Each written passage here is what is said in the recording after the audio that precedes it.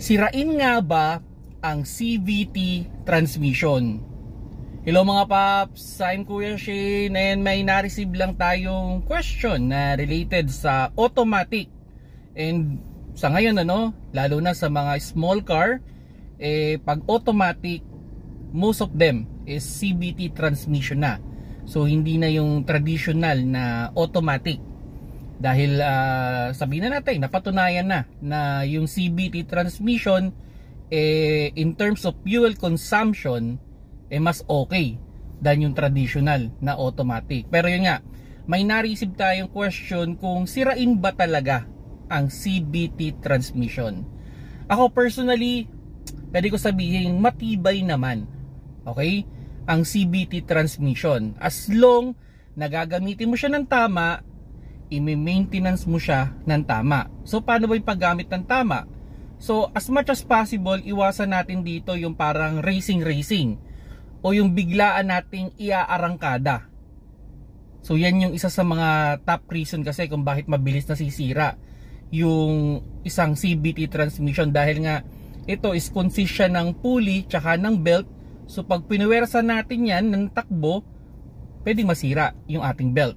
Then yun, proper maintenance.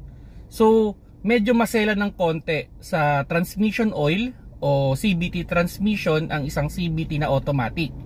So kung ano yung brand, okay, o ano yung recommended na oil para doon, yun lang dapat yung inyong gamitin. Ako mas recommended ko na pag may CVT transmission ka, kailangan mo ng transmission oil or fluid, saka na bumili para wala kang magiging problema. Aside dun sa, syempre kailangan mo rin palitan yung filter niya. Then, isa pa sa maintenance ng isang CVT transmission or automatic na CVT is dapat laging maayos yung cooling system natin. So, connected din kasi yan sa ating radiator para hindi nag-o-overheat yung ating automatic o yung CVT transmission. So, yun mga paps, in terms of tibay, matibay siya, properly used and proper maintenance. Actually, I have a CVT transmission na Mitsubishi Mirage before, and umabot siya ng 320,000 kilometers na hindi naman nasira yung CVT transmission niya.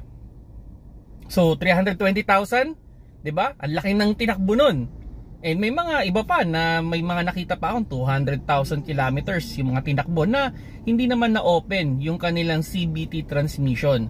So matibay naman siya, okay? In terms, basta gamitin nyo lang ng tama, i-maintenance nyo lang ng tama. Kung nagustuhan nyo yung video, paki-like na lang mga paps.